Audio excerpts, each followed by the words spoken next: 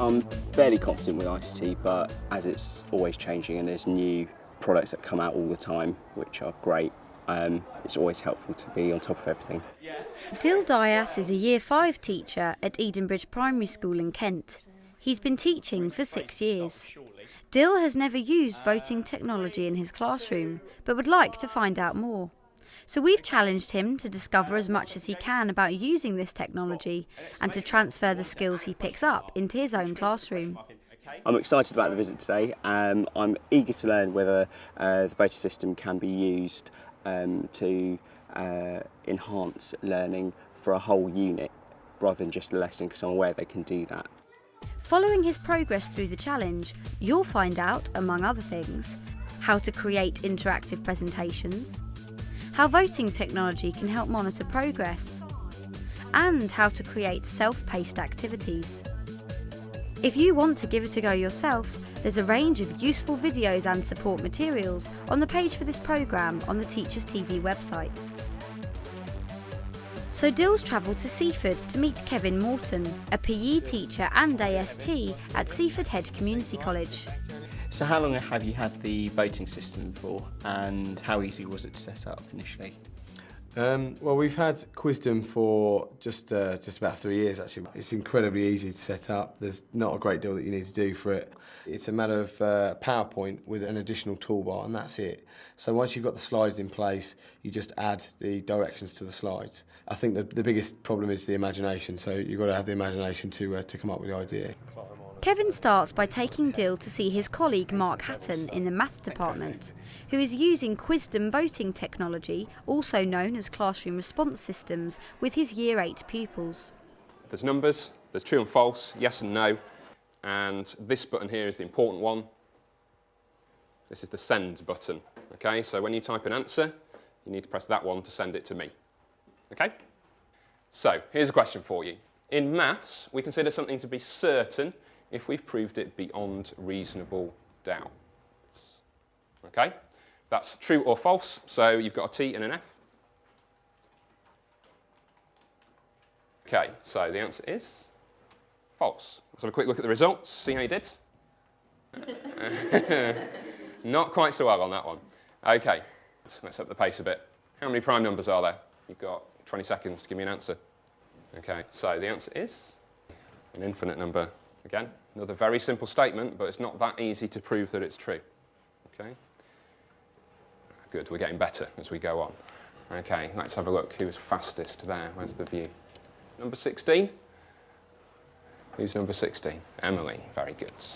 After the lesson, Mark gives Dill some extra information. You build your PowerPoint, so it is, like you might do in a classroom anyway, with a multiple choice quiz or whatever questions you want to ask. And then there's just an extra toolbar that slots into PowerPoint at the top, and in there you just tell it that it's this sort of question, Right. Multiple choice or typed response, word answer or something like that, and then you type in what the correct answer is, and that's it.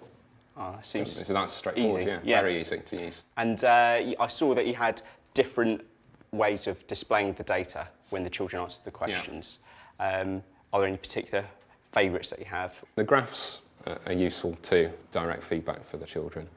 You can also set it up so that it gives them feedback on their handset as well, as to whether they've got it right or wrong. So they could have a tally. Yeah, so they could keep track themselves. Mark also works with Kevin, developing cross-curricular ideas to combine maths and PE.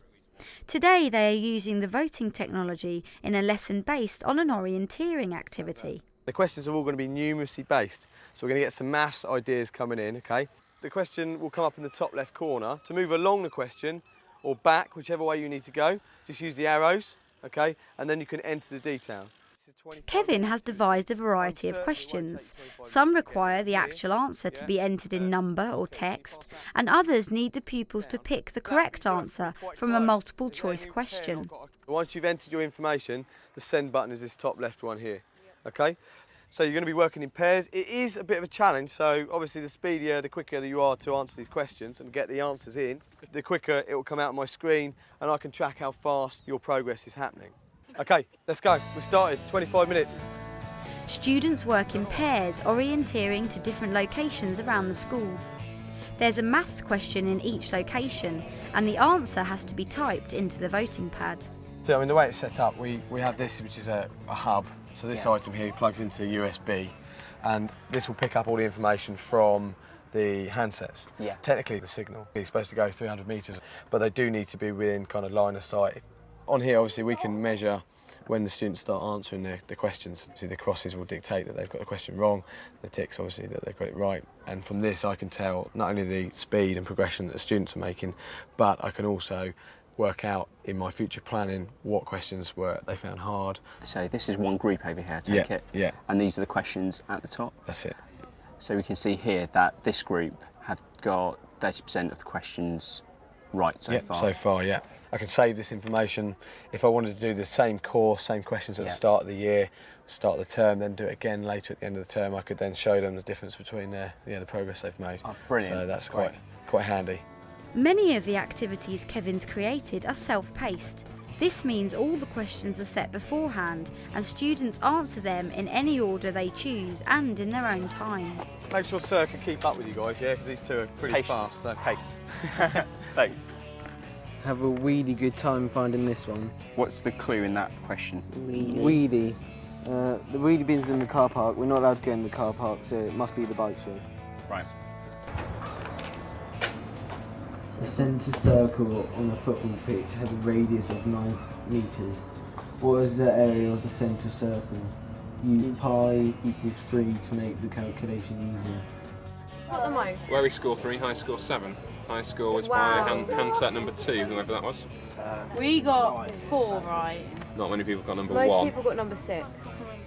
Kevin uses the voting technology in a variety of PE activities. I'm impressed with how the units can display the data different ways, how you can also keep referring back to it. But I didn't think that it would be possible to have such an open session with it where the children can dictate the pace. I thought it had to be teacher-led the whole way through. The voting pads are a great bolt-on for the lesson. I think that especially with children that aren't as confident, they will have that ability to communicate their answers in a more comfortable environment. Later in the day, Kevin uses the voting technology with his BTEC PE group in a more conventional classroom setting. Students are watching videos of fellow pupils playing tennis and are analysing their technique. When the ball comes in, as soon as it bounces up, he's hitting it up. Yeah. I have to say that his footwork's good. If you look at his feet, every time The students have a number of questions to answer in detail on their sheets. When a question has been completed, they enter yes on their voting pad, so Kevin can monitor their progress. This time, rather than having one computer recording all the pupils' results, Kevin has set up 3 separate computers, each recording the results from a different ability group.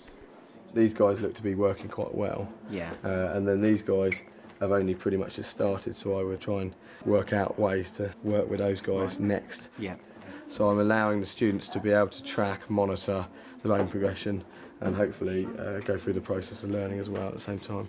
That's a great setup because you can usually be fooled by what looks like getting all your work and working hard. You can actually see the progress there. How much are the voting systems for a class, for the average class?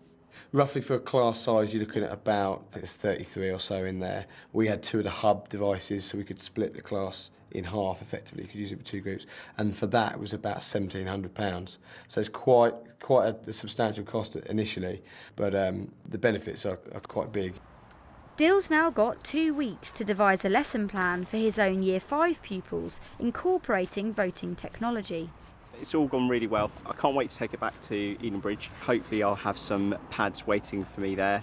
The technology seems relatively simple. I think the main thing that you'd need to have under your belt is the ability to build some presentations. If you can do that, it seems that everything's straightforward really. 2 weeks later, we're back at Edenbridge Primary School. How has Dill got on? I've been practicing with the Quizdums. I had a go myself as soon as I got them. We did have a few problems with the voting pads to start with, where some of them were connecting, some of them weren't. But really, it was just a case of switching them off, switching them on again to make sure they're all registered at one time. And that seems to have worked. We haven't had any issues since. Today, Dill is using the voting technology with his Year 5 pupils in 2 lessons, numeracy and literacy. He displays questions in a presentation he's created, which the pupils answer together. Dill is able to see how many of them have responded and use this information to decide when to move on to the results or tackle the next question. Right, we're thinking about getting to the next 10, so you might have to think about what is the next 10. 35, add something, gets me to the next 10. Okay, I've got 11 people have chosen 5. 2 people have told me what the next number is. Okay, the next multiple of 10 will be 40, you're right, but I ask you to add something to 35 to take me to 40.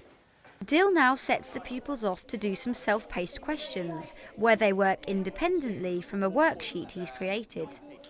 They enter the correct numerical answer to the questions, and Dill can monitor their progress. Where they're using addition solely, they're doing quite well. They're answering most of them.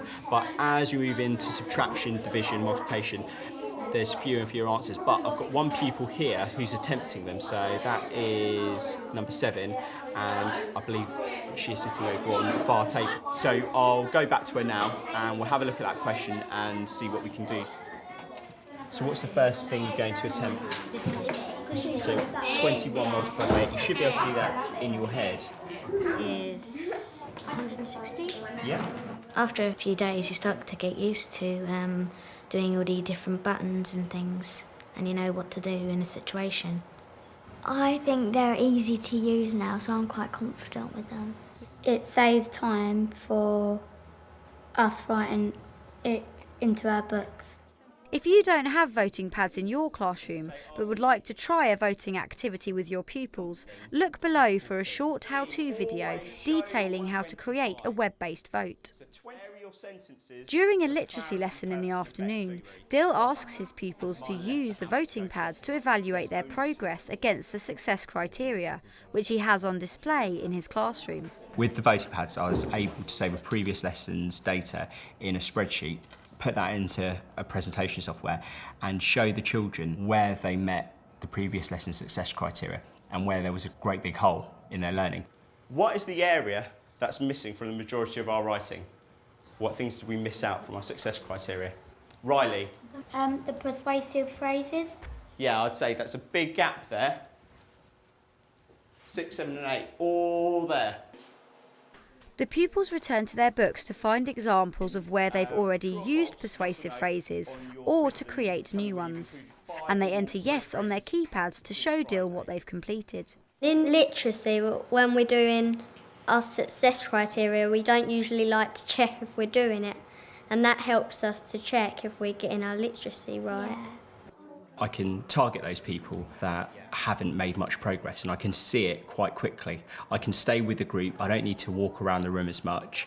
I can look up at the board just like the rest of the children and I can see if there's any glaring hole straight away. And I can stop the class and I can focus on that and then hopefully they can make more progress because of it. To finish the day, Dill takes his pupils to the ICT suite, where some of them use the voting software to make their own interactive presentation.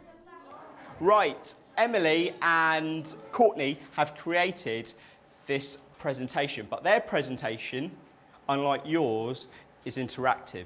And hopefully over the next week or two, you'll all be making your presentations interactive. Do you want to start us off, girls? Get ready for the first question. What was the category named after? A. Mayor. B. Head teacher. C. Prime Minister. Place your answers now. The children were all engaged. Every pupil was motivated to take part in every part of the lesson. Hopefully next year we'll be introducing the voting pads at Edenbridge. We've definitely been persuaded by its uses and the fact that it's so easy to incorporate into our lessons straight away and the benefits that the children can experience by taking ownership of their learning and also seeing where there may be gaps in their learning and how they can fill those gaps. If you're watching this on the Teachers TV website and are interested to see how teachers of different subjects and key stages use voting technology, then have a look at the Better Learning with ICT case studies below.